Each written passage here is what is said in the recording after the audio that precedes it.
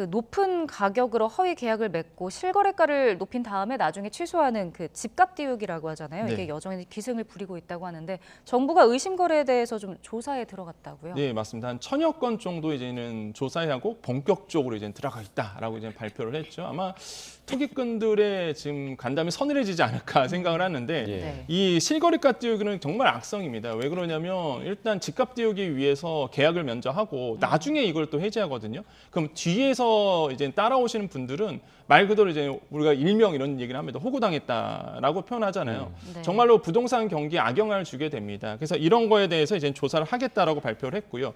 지금 차트 보시면 6개월 후에 신고가 해제 거래 비중을 본다 그러면 21년도 1분기 같은 경우는 1.7%였습니다. 요거 본다 그러면 2023년도 1분기에는 44% 정도 거래 비중이, 그러니까 해제 거래 비중이 늘어났거든요.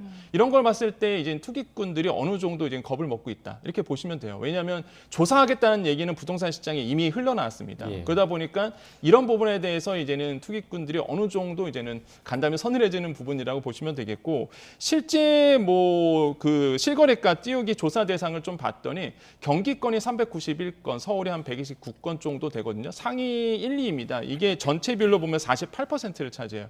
그러니까 서울과 경기권에서 이렇게 해제 비율이 높았다는 거죠. 한마디로 고가 띄우고 빠지고 이런 형태가 굉장히 많았다는 얘기이기 때문에 아마 이 부분에 대해서 어느 정도 수사를 하게 되면은 어느 정도 과시적인 성과가 좀 나올 거라고 좀 보일 수가 있겠고, 특히 서울 아파트의 직거래가 좀 비중을 또 같이 봤는데요.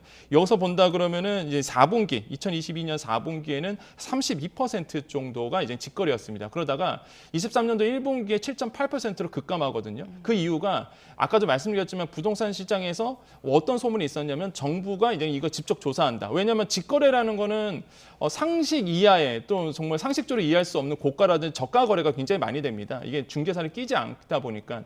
그러다 보니까 이거에 대해서 조사한다 그러니까 이게 직거래 비중이 확 낮아지게 돼요. 그래서 어느 정도 부동산 시장의 가시적인 어떤 성과, 조사를 통해서 가시적인 성과가 나올 것으로 보고 있고, 이번에 저는 좀 마음에 드는 게 이제 처벌 규제 강화입니다. 원래는 3천만 원 이하의 과태료였다가 3년 이하의 뭐 징역이라든지 또는 3천만 원 이하의 벌금이 이제 처해지게 되고, 요건 10월 달부터 집행이 되고, 또 한 가지 조금 저는 또 고무적인 게 이번에 그 실거래가 공개 시스템에 원래는 실거래가만 표현이 됐는데 이번에는 이제 등기를 했는지 안 했는지, 등기를 했는지 안 했는지까지 같이 이제 발표하겠다 그러면 확실히 이제는 부동산에 대해서 이제는 실거래하시는 분들 입장에서는 이게 가짜 매물이고 가짜 거래인지를 구별할 수 있거든요. 등기를 안 했다는 얘기는 이거는 거의 뭐 가짜거든요, 사실. 네. 그래서 예. 이런 것까지도 표시하겠다라는 점에서 봤을 때는 굉장히 좀 발전된 어떤 정책이지 않나 이렇게 좀 생각을 해보겠습니다. 네.